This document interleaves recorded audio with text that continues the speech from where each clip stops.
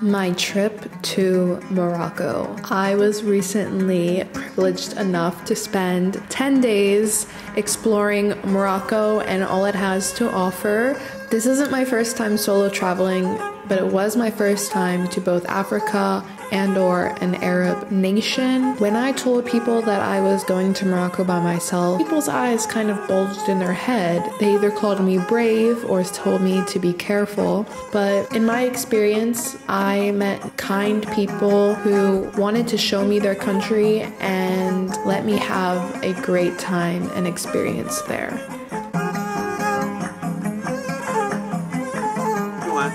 Hello. How are you? Salam. Salam. Arbin Marrakesh, Muhammad Sham. Behind. How are you? It's very beautiful.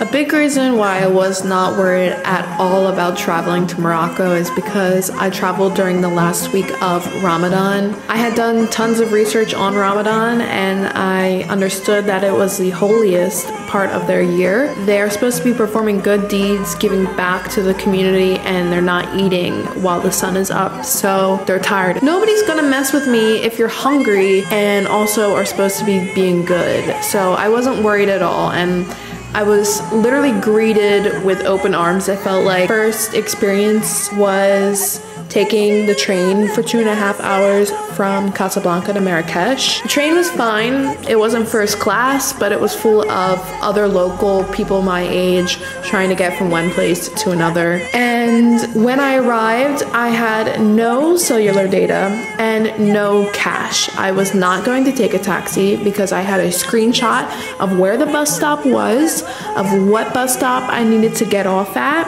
and how to walk to my hostel from the bus stop. And I trusted my intuition. I got my ass on that bus. When the bus did not take card, the bus driver let me ride for free, guys. So I hopped on the bus with my backpack, rode that sucker for free, and made my way to the hostel. Walked there and everything. Didn't even break a sweat. It was hot out and I didn't even break a sweat.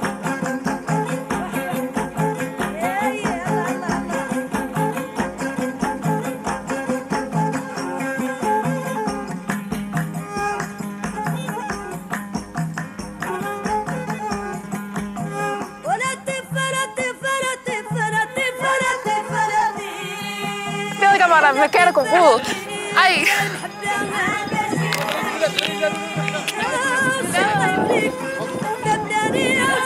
If you're planning on going to Morocco, definitely I recommend staying in Marrakesh because it's central. Mostly in Marrakesh, it's just a shopping district. You're going to go to the souks, you're going to go to the Medina, and you're going to walk around all the stalls and haggle for things to purchase and buy your souvenirs.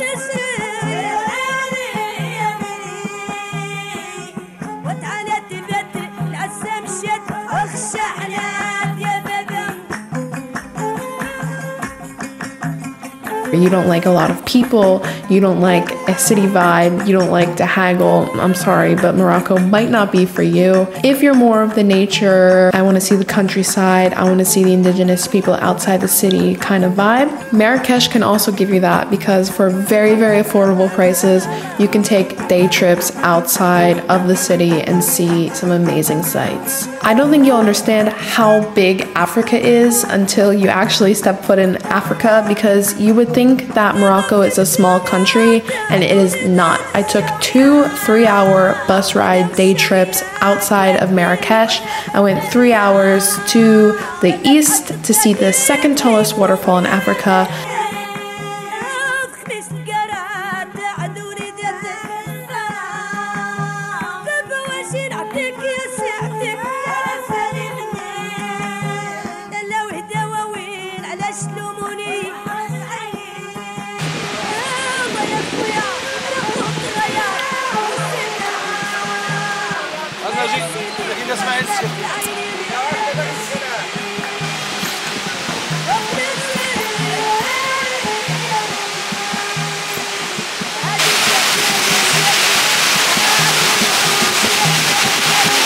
I went 3 hours to the west to see the coast on the Atlantic Ocean.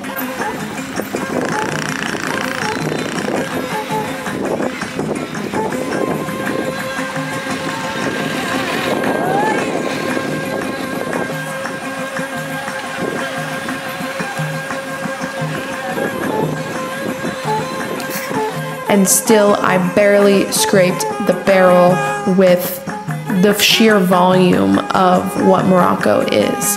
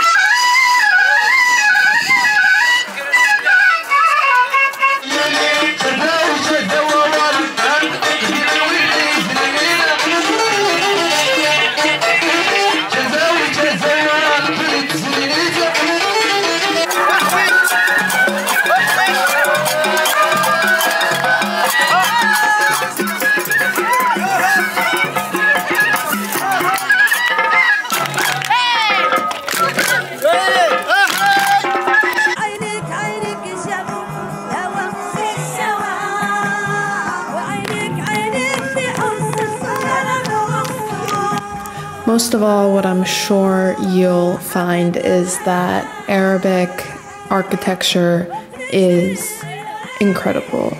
It is so old, so intricate, so colorful, and so beautiful, and it's really breathtaking. There's a reason why it's worth it to pay to go to these palaces, and it's not just because they're old and made out of stone, like a lot of Europeans.